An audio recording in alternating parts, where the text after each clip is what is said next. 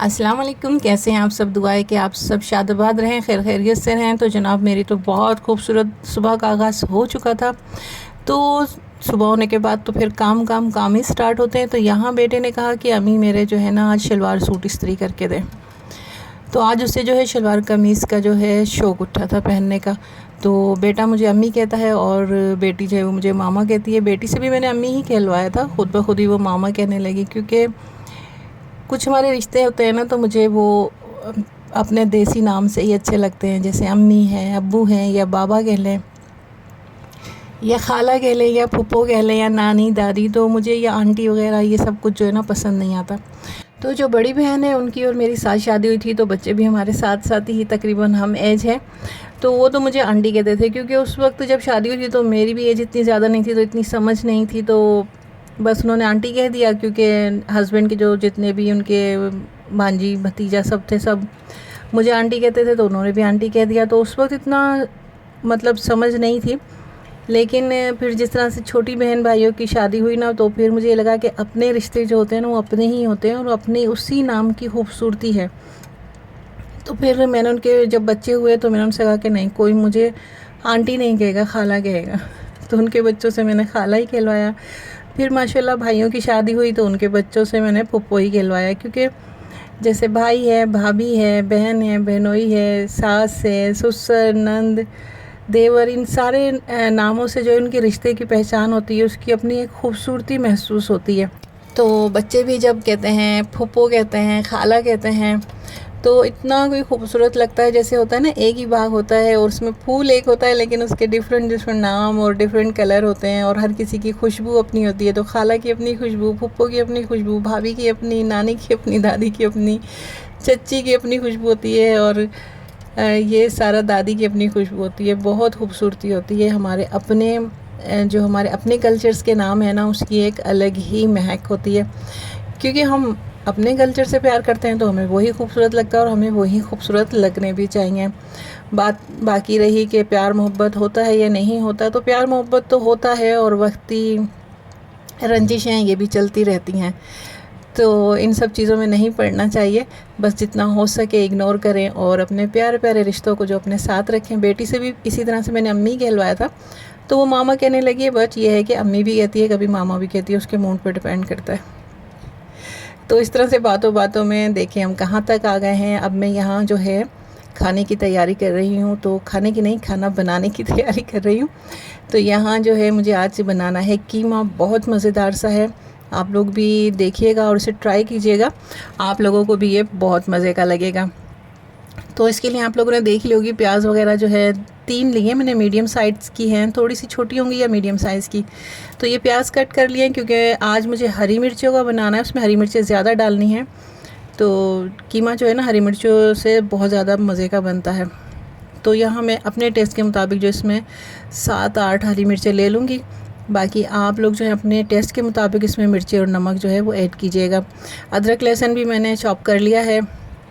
हरी मिर्चें तो आपने देखा था मैं लेकर गई थी निकाल कर, फिर वॉश करके लाई थी। तो अदरक लहसुन जो है उसको भी छीलने के बाद ही मैंने वॉश करके यहाँ चॉप करके रख लिया है। टमाटर सब सब्ज़ी जो है ना मैं कटिंग से पहले ही वॉश करके रख लेती हूँ, उसके बाद ही कटिंग करती हूँ, क्योंकि सफाई तो निस्फ़ ईमान है। और आजकल गंदगी इतनी है कि सफाई के बगैर तो इंसान जो है कुछ ना कुछ उसको पेट की प्रॉब्लम्स हो ही जाती हैं। तो आजकल तो सभी ही हैं, हर कोई सफाई की ही आदत डालता है। बस कुछ लोग हैं जो गंदगी पसंद करते हैं, वैसे ज़्यादातर तो लोग जो हैं सफाई को ही प्रेफर करते हैं।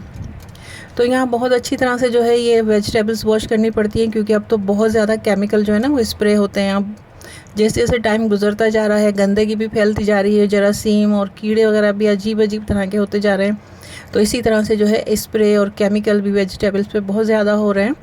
तो फिर इसे अच्छी तरह से वॉश कर लेना चाहिए। हो सके तो तमाम चीज़ों को, सब्जियों को एक साथ जो उस वक्त आपको कटिंग करनी है उन सबको जो है एक पानी में डाल के, उसमें कुछ भी नहीं है तो थोड़ा सा बेकिंग सोडा डाल के 2-3 मिनट के लिए रख दें, और फिर अच्छी तरह से वॉश करके जो है कटिंग कर लें।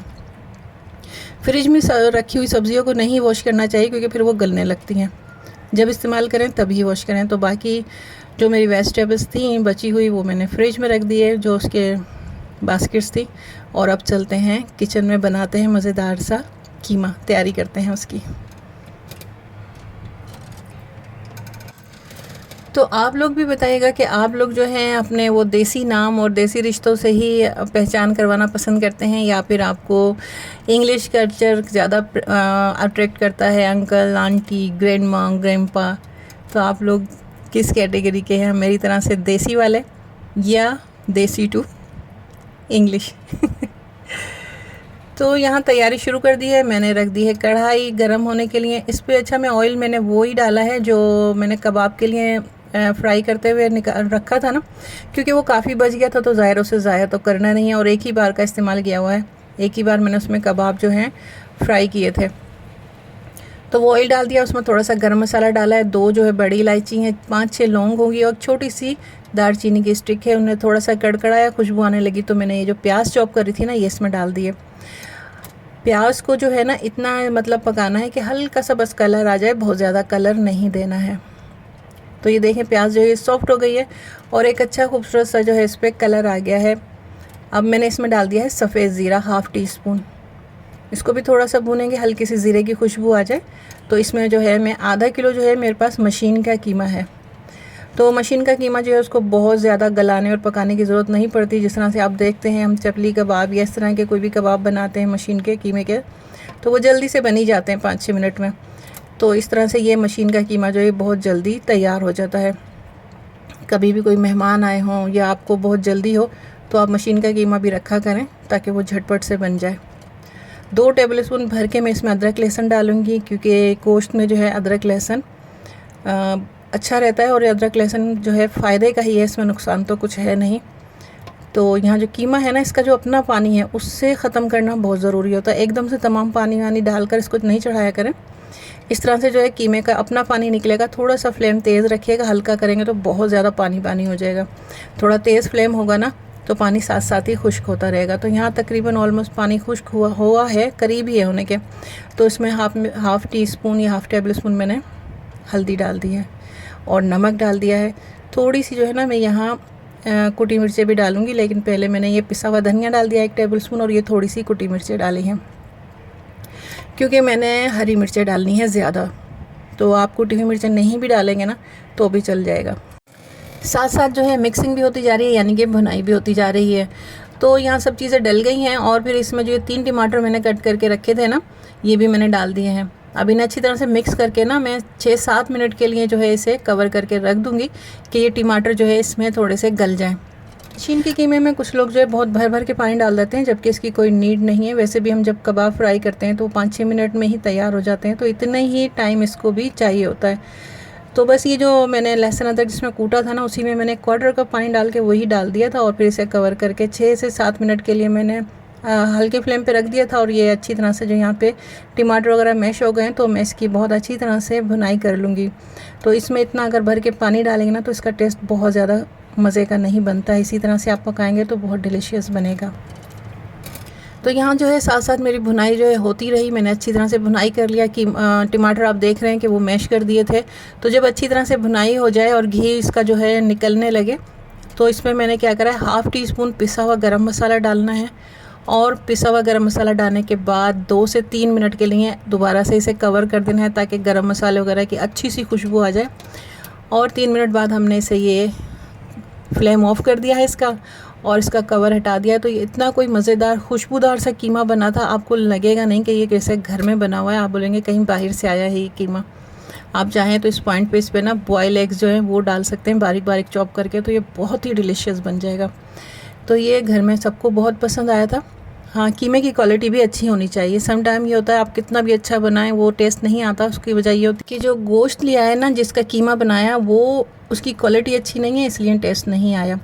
थोड़ा सा मैंने हरा धनिया चॉप करके रखा हुआ था वो भी डाल दिया, और फिर यहाँ मैंने जो है सर्व कर लिया गर्मा गर्म। तो बच्चों को जो है खाना कीमा बना हुआ बहुत पसंद आया, बहुत तारीफ़ की, क्योंकि मेरे बच्चे हैं जो बहुत ज़्यादा चूज़ी हैं। अगर उन्हें थोड़ी सी भी स्मेल आ जाए ना खाने में, गोश्त में, फ़िश में, चिकन में, तो उन्हें खाना खिलाना पॉसिबल ही नहीं होता। उन्हें टेस्टी चाहिए, खुशबूदार चाहिए, मज़ेदार चाहिए। और यही जो था मेरी अपनी पूरी फैमिली में ऐसे ही है। मेरे मतलब मैके में, ससुराल में सभी माशाल्लाह बहुत अच्छा खाना बनाते हैं, क्योंकि सबको ही अच्छा टेस्ट वाला खाना चाहिए होता है। और उसकी तारीफ़ें भी होती हैं, और कहीं बैठते हैं तो बोलते हैं कि भाई फ़लाने ने जो है ना वो चीज़ बड़े मज़े की बनाई थी, और हमारे जो एक फूफा थे, अल्लाह ताला उनकी मग़फ़िरत फ़रमाए, वो कहते थे बड़े ज़ोरों की बनाई थी। वो इस तरह से तारीफ़ करते थे। तो बस आप भी बताइए कि आप अपने रिश्ते को किस तरह से एंजॉय करते हैं, किस नाम से पुकारते हैं, और खाना किस तरह का खाना आपकी फ़ैमिली में पसंद किया जाता है। खैर टेस्ट तो सबको ही पसंद होता है, पर कुछ फ़ैमिली में बहुत सिंपल सादा लोग होते हैं, जो भी दे दो खा लेते हैं। तो बस इसी के साथ दीजिए इजाज़त। अल्लाह हाफ़िज़, खुश रहें।